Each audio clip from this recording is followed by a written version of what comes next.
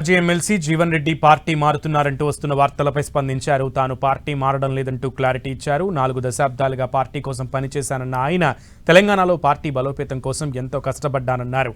దశాబ్ద కాలంగా ఒంటరిగానే పోరాటం చేశారని, బీఆర్ఎస్ ప్రజా వ్యతిరేక విధానాలపై పోరాటం చేసిన తాను పార్టీ మారుతానని ఎలా అనుకుంటున్నారంటూ మాజీ ఎమ్మెల్సీ జీవన్ రెడ్డి అన్నారు. పార్టీలో స్థానం పెట్టిన సీనియారిటీ ఏంటి కూడా వ్యక్తం చేసింది. 10 ఏళ్ళు పోరాటం చేసిన ఎవడై చేసే 10 ఏళ్ళు పోరాటం 5 సంవత్సరాలు ఏదైతుందో 3 ఉమ్మడి జిల్లాల ఏక ప్రతినిధిగా ఏదైతుందో నేను పోరాటం చేసి నేను అటు శాసన సభ్యుడిగా శాసన మండలి సభ్యుడిగా అన్కాంప్రమైజ్ రాష్ట్ర కాంగ్రెస్ అధ్యక్షుడు రేవంత్ రెడ్డి గారు ఏ స్థాయిలో పోరాటం చేసిండో, శాసనసభ పక్ష నాయకుడుగా భట్టి గారు ఏ స్థాయిలో పోరాటం చేసిండో, శాసన మండలి నాయకుడిగా నేను ఆ స్థాయిలో పోరాటం చేసి ఎవరికి తక్కువ కాదే. నేనైతే ఒంటరి పోరు